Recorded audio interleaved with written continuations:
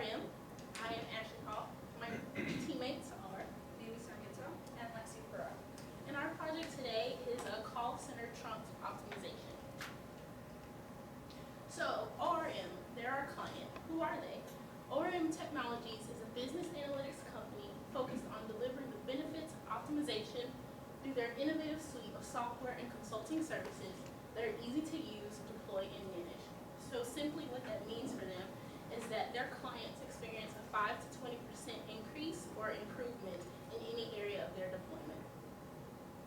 So this is an overview of the portfolio of services that they offer. You see they have supply chain software services, resource management and planning, revenue and sales management software, and the segment that our project falls under, which is statistical analytics and planning for call center optimization. And now Neimy will go into the objective of our project. The objective for our project was to build a dynamic model that's able to give the optimal combination of trunks that will also service the incoming volume for any given call center.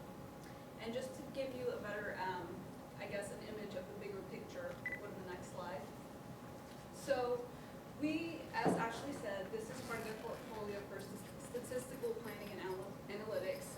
So ORM currently has a model in place using C probabilities for agent optimization. So where do we come in? We are going to be using B to do the resource optimization. So a little bit of overview for B. An is a unit used to measure traffic intensity for a given hour. So for example, if you have 300 calls coming in an hour that are about 2 minutes long, you would say that's the equivalent of 10 Erlings. So for us, what we're trying to find is the optimal number of trunks, which is represented by M, as you can see in the given equation. In order to do that, we have to select a grade of service. This is the highest probability that we're allowing of incoming calls to be blocked. So for our model, we used 1%. So at any given time, you would expect 1% of the total call volume to actually be blocked initially.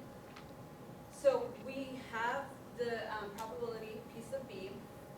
What we needed to find out was E, the traffic intensity, which is lambda times H. We have the handling time for the call types, because we had worked with 3 different call types, not just one. But what we needed to find was the call arrival rate. So what we were given was the number of incoming calls coming into the wide area network that you can see here on your right. But what we needed was the total number of calls incoming into the PDX shown here on your left. So we had to backtrack our steps all the way to the PSTN here, and then apply the 10% abandon rate and the 50% retry. In order to do that, we had to use a recursive algorithm that Lexi will explain later, in order to actually have the total incoming volume going to the PDX. Now with this, we have our piece of B, which was the probability of blocking of 1%, and we can now get our traffic intensity and move forward with the B model. So, as Neimy said, the objective of our project is to design a dynamic model that generates the least costly monthly trunk cost to service the inbound call volume for a call center. So the data we need to pull that off to do that is the number of calls per 30-minute interval. The client segments their calls in 30-minute time intervals, so we needed that data. We also needed the average handle time, how long each call lasts, the trunk type, and the cost associated with each type. The constraints that we face, just like everyone else's project, the project itself had to be feasible for completion within 4 months.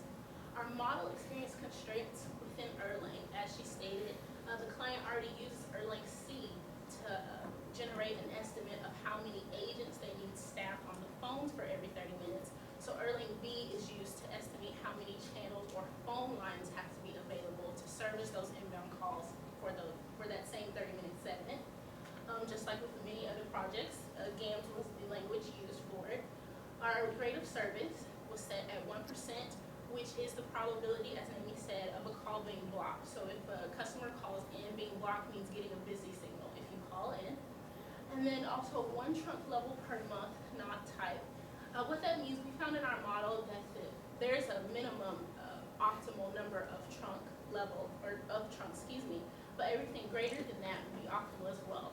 So for example, we found that 44 would be optimal, but that also means that 45, 46, 47, so on and so forth are optimal as well. So we did confine our model to only set it at one optimal level per month.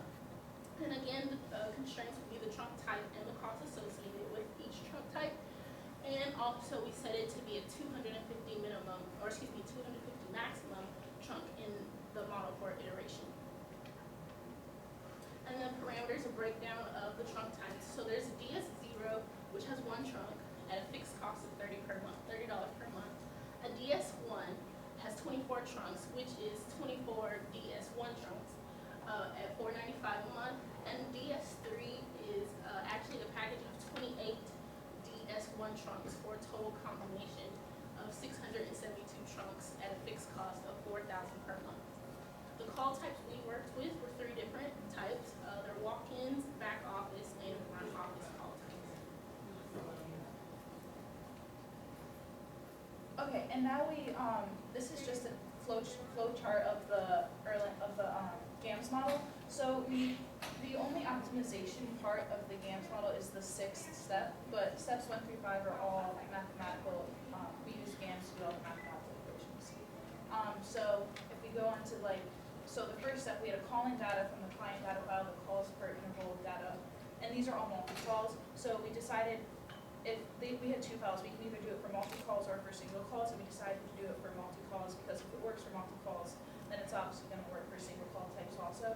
So here you have the first call type of walk-ins, and then it goes all the way down through month 12. It starts at month 1, goes all the way down through month 12, and then back office work all the way down through month 12, and then front office calls as well, all by call type, month, interval, and days.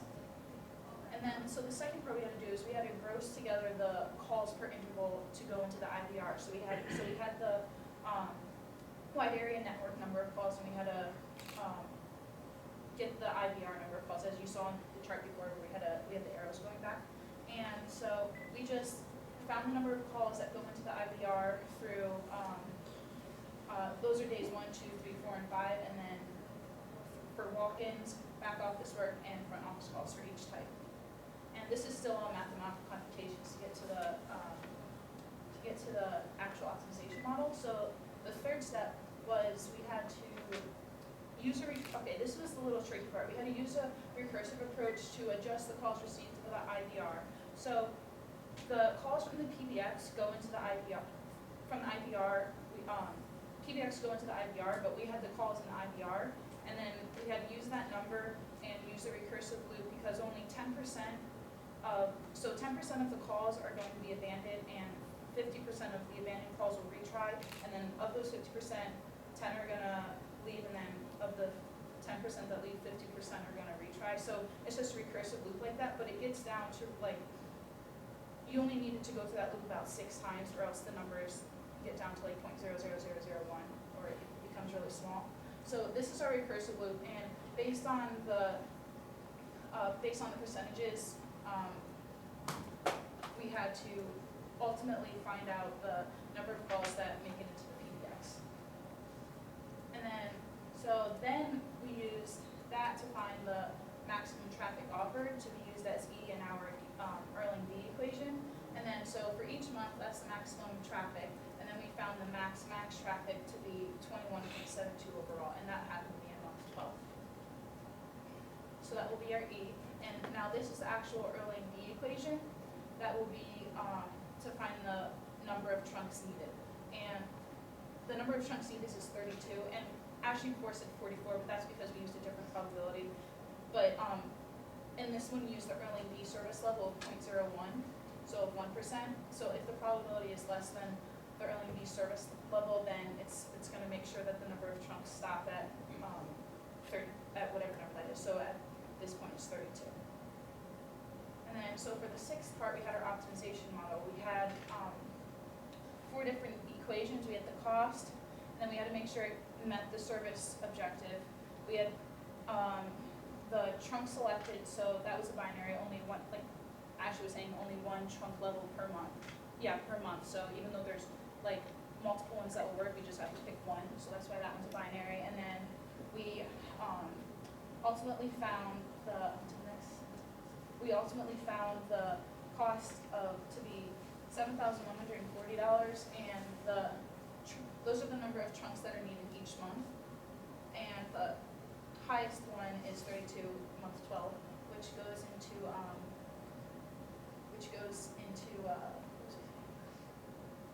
number of trunks each month. Oh yeah, and then so two DS0 trunks are needed in month 1 with 1 DS1 trunk.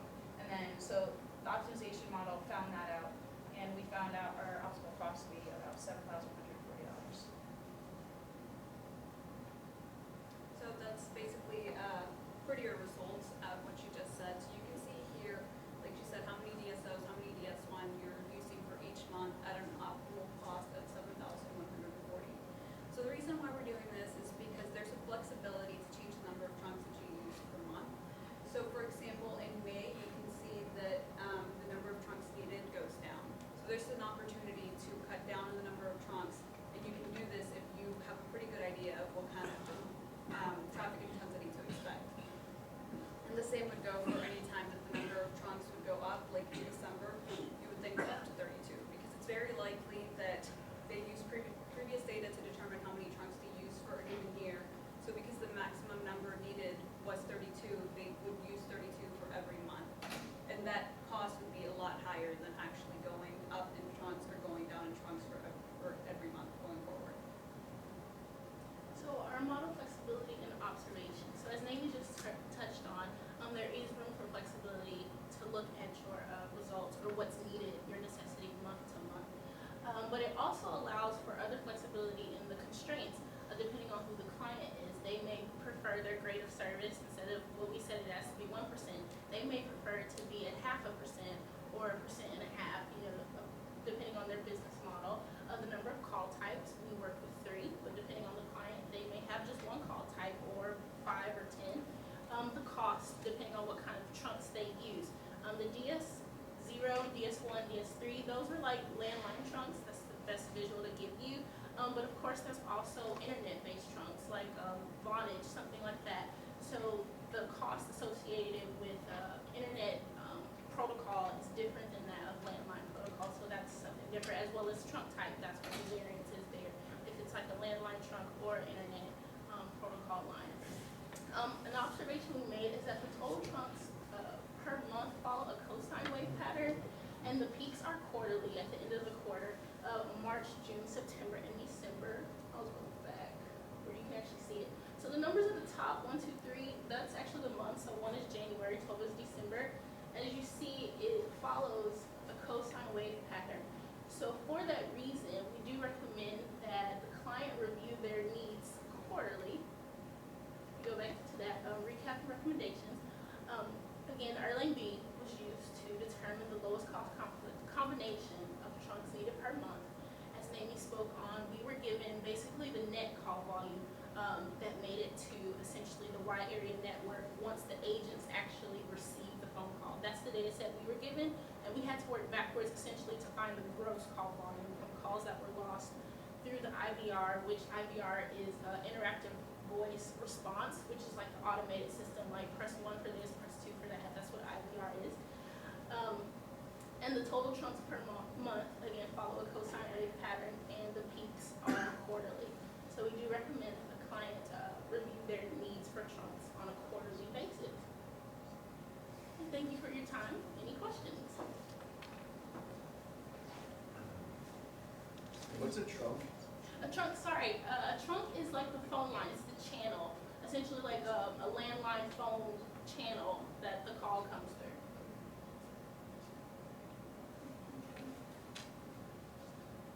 Any other questions?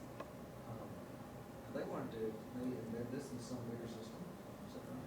Yes, the call center we worked with, or that the data set is for a smaller call center, which is why we had the flexibility component in there, where it can be adapted to service a larger call center for that reason. They have these different products, right? So this is what will be used for a variety of clients. But how do you get every time you get the data in, or is it just pretty hard to do that? Well, actually with John's Hub, we just called it in by we had to make sure we specified the dimensions by call type, by month, by minute, by day. So it actually was. So you can see where that could be automated pretty readily. That's good. So what was the biggest challenge on this? I understand. I would say GAMS for us. GAMS, like, pretty much most people not familiar with GAMS prior to, so I would say that was a learning curve for us. But also just understanding telecommunications in general and Erlang B. It was like all these baby steps in order for us to even get started. We're like, so Erlang B, let's figure out what this is, and then just moving forward with also, like you said, what is a trunk? So huge learning curve, and then you finally get to GAMS, and it's kind of another stop where you have to figure out how GAMS works. We didn't want to leave anybody out from having a learning impact. Sure, but thank you very much.